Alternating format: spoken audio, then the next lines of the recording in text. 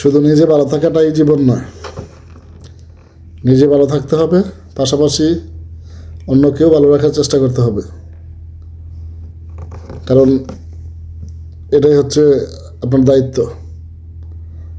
এবং আমরা যদি এই দায়িত্বটুকু পালন করি, নিজ নিজ দায়িত্বটুকু, আমি আমার জায়গা থেকে চেষ্টা করি, আপনি আপনার জায়গা থেকে চেষ্টা করেন যে নিজে কীভাবে ভালো থাকা যায় এবং আমাদের আশেপাশে বা আমাদের ঘনিষ্ঠজন যারা, আত্মীয় স্বজন যারা, আমাদের ফ্যামিলি যারা, তাদেরকে কীভাবে ভালো রাখা যায়, এরকম চিন্তা যদি প্রত্যেকেই করি, তাহলে কিন্তু কেউ আর কষ্টে থাকবে না, কেউ খারাপ থাকবে না। এবং একে অন্যকে সহযোগিতা করা, সহানুভূতি দেখানো, এটা আমাদের খুবই দরকার। কারণ মানুষ হচ্ছে মানে কি বলে, একটা আবেগপ্রবণ বা রক্তে মাংসে গড়া মানুষ। মানুষ কখনো নিজে নিজে থাকতে পারে না, একা একা চলতে পারে না। আমাদের চলার জন্য মানুষের প্রয়োজন আছে। এবং আমি যেমন একলা চলতে পারবো না, অন্য কেউ আবার একলা চলতে পারবেন না, বা আপনারাও চলতে পারবেন না। তো এই কারণে আমাদের প্রত্যেকেরই উচিত নিজ নিজ জায়গা থেকে একে অন্যের প্রতি সহযোগী মনোভাব পোষণ করা এবং একে অন্যকে যত সম্ভব সহযোগিতা করা। কখনোই কারো ক্ষতি করার চেষ্টা করবেন না বা ক্ষতি করবেন না, কাউকে হিংসা করবেন না। একটা কথা ভাবুন,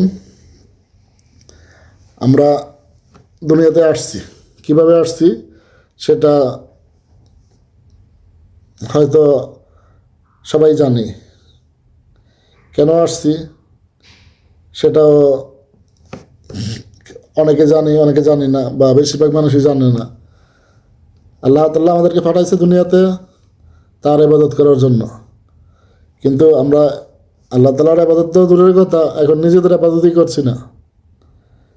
নিজেদের ইবাদত বলতে মানে আমরা যে মানব জাতি, প্রত্যেকটা প্রাণী দেখবেন, পৃথিবীতে যত প্রাণী আছে প্রত্যেক প্রাণী স্বজাতির প্রতি সহনশীল এবং খুবই আন্তরিক একে অন্যের সাথে। একমাত্র মানুষ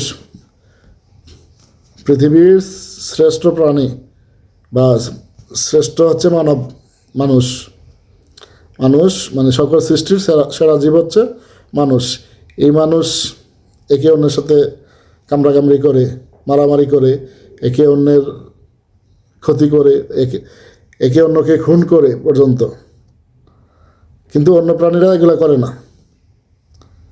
অন্য যে প্রাণীগুলো আছে তারা কিন্তু শ্রেষ্ঠ জীব নয়, মানে সৃষ্টির সেরা জীব নয়, যে তারাও এগুলো করে না। অথচ আমরা সৃষ্টির সেরা জীব হয়ে আমরা বাইরে বাইরে মারামারি করি, তারপর বাপের সাথে মারামারি করি, মানে প্রতিবেশীর সাথে মারামারি করি, সুযোগ পাইলে একে অন্যকে মেরে ফেলি, সুযোগ পাইলে একে অন্যের ক্ষতি করি, সুযোগ পাইলে একে অন্যের ক্ষতি করি, এবং সুযোগ পাইলে আমরা মানে মানুষকে ধোঁকা দেই, মানুষকে ঠকাই। এগুলা কেন? একবার চিন্তা করছেন যে আপনি যখন দুনিয়াতে থাকবেন না, আপনি যে কাজগুলো করতেছেন যেটা ভালো, সেটার জন্য কিন্তু মানুষ আপনার প্রশংসা করবে। মানে মরার পরেও আপনি কবর থেকে এগুলার জন্য নেকি পাবেন।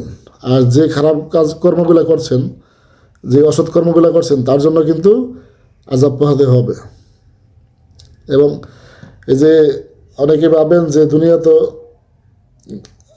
দুনিয়াতেই করে গেলাম যা করার, আখিরাতে কী হলো না হলো সেগুলো কিন্তু দেখার বিষয় না। না ভাই, এগুলো হবে না। আপনি অন্যায় করলে, খারাপ কাজ করলে, অথবা মানুষের ক্ষতি করলে তার কিছুটা হলেও নমুনা দুনিয়াতে দেখবেন।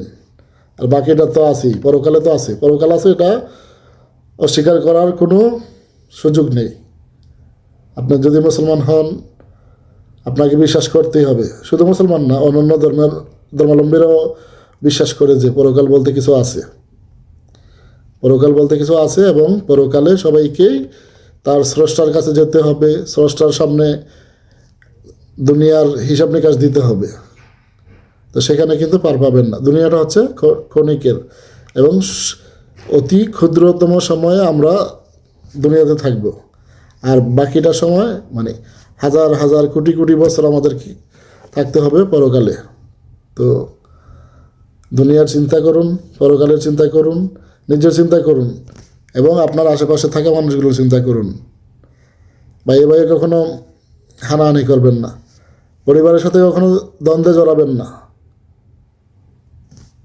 প্রতিবেশীর সাথে কখনো দ্বন্দ্বে জড়াবেন না, কারো ক্ষতি করবেন না, কারো প্রতি হিংসা করবেন না, প্লিজ।